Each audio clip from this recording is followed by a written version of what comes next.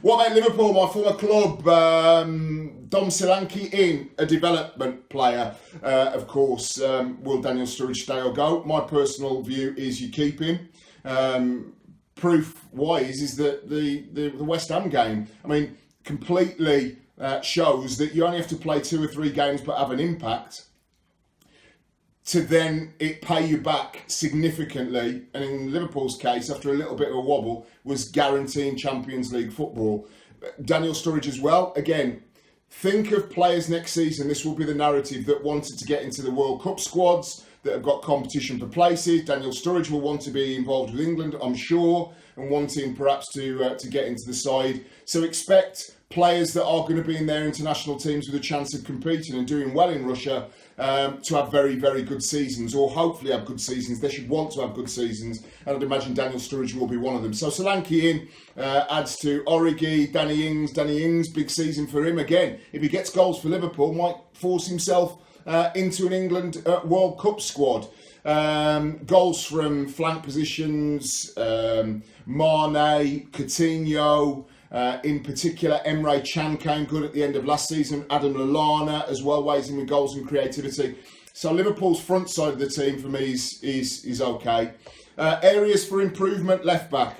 Obviously, James Milner played there a hell of a lot last season. A specialist, good, top quality left back. Now, if Danny Rose wants out of Spurs, I'm not saying that he does or he doesn't, I don't know, and Manchester United are interested, then surely Liverpool have to be interested.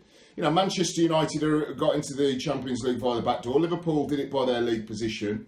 They should be looking at this situation very, very carefully and perhaps thinking, yeah, if Danny Rose is available, let's gazump Manchester United. Let's gazump other clubs that may be interested in him. A specialist, an England international, will join up with other internationals like Henderson and Lallana. Makes perfect sense for me. Central defender, Virgil van Dijk will go somewhere, but I think it's who's going to pay the most money. And although the FSG have bankrolled a couple of managers now, I think that Manchester City just had a 0 to everything. And with the business they've done, with my player's hat on, I'm on holiday, I'm getting my phone beeping like it just beeped. Bernardo Silva signs for Manchester City. Mendy signs for Manchester City. Emerson signs for Manchester City. And you think, they've already got some cracking players, I'll go there, plus I'm going to bump my money up. So I think if it's a 2-horse race for Virgil van Dijk's signature between Manchester City and Liverpool are going to do very, very, very well to be able to get him. But I still think they need to shore up the defence. Lovren, new deal. I'll leave that for you to decide, Liverpool fans. Klavan hasn't been great. Matip will improve. It will be Matip plus one other for me. If that was Van Dijk, happy days. That's a significant upgrade. Other things that I've got here, goalkeepers. Sorry, my personal opinion is that although Jurgen Klopp has given a big pat on the back to both of his goalkeepers, really. No suggestion coming out of Liverpool that, unlike Manchester City, where City did the Emerson deal and Bravo is like, well, Pep, you brought me in. This is what I do. Is that he's been sidelined. No such rumours or speculation around Liverpool. Karius and Mignolet for me not good enough, particularly with Champions League football. I know that Liverpool have had goalkeepers in the past that you could argue have been extravagant, most notably Bruce Grobbelaar, but most notably Bruce Grobbelaar was a very, very good goalkeeper apart from the antics.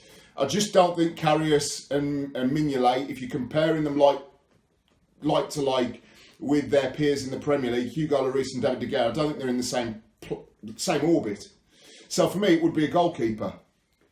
We'll wait and see on that. The other one is a specialist holding midfielder. Now, Liverpool fans will say, well, we don't play with a specialist holder. But if you remember the dark days of January, that's when a specialist holder maybe could have come into his own. An N'Golo Kante type figure. I know that they don't grow on trees, but N'Golo Kante was playing, 3rd, 4th division in France several years ago. This is where scouting networks should be coming in and identifying that kind of player that is super mobile, that can come in and basically is the water carrier. Remember Eric Cantona famously talking about Didier Deschamps about that. Every team needs one. I think with Henderson, with Chan, Lallana, dovetailing positions, fine when Liverpool are going forward. But every team in the Premier League, particularly ones that compete well, you think of Victor Wanyama at Tottenham Hotspur, N'Golo Kante at Leicester and then Chelsea. Manchester City, Yaya Toure, but Fernandinho, even Fabian Delph at his best when he plays games, is to have somebody for the 5 or 6 games at whenever your ropey period is to protect your back four. And I don't think Liverpool have that type of player. So for me, a specialist holding midfielder, I mean, Lucas was that man, but of course Lucas came into Liverpool Football Club as an attacking midfielder and was essentially reverted into that position. Steven Gerrard, as his legs started to get a little bit older, gradually moved back. A specialist holding midfielder that the fans in the stadium know, we've got this. He's nicked the ball 20 times in a game and he's give it to our mercurial front line. For me, Liverpool don't have that in the kind of calibre that some of the other Champions League teams have.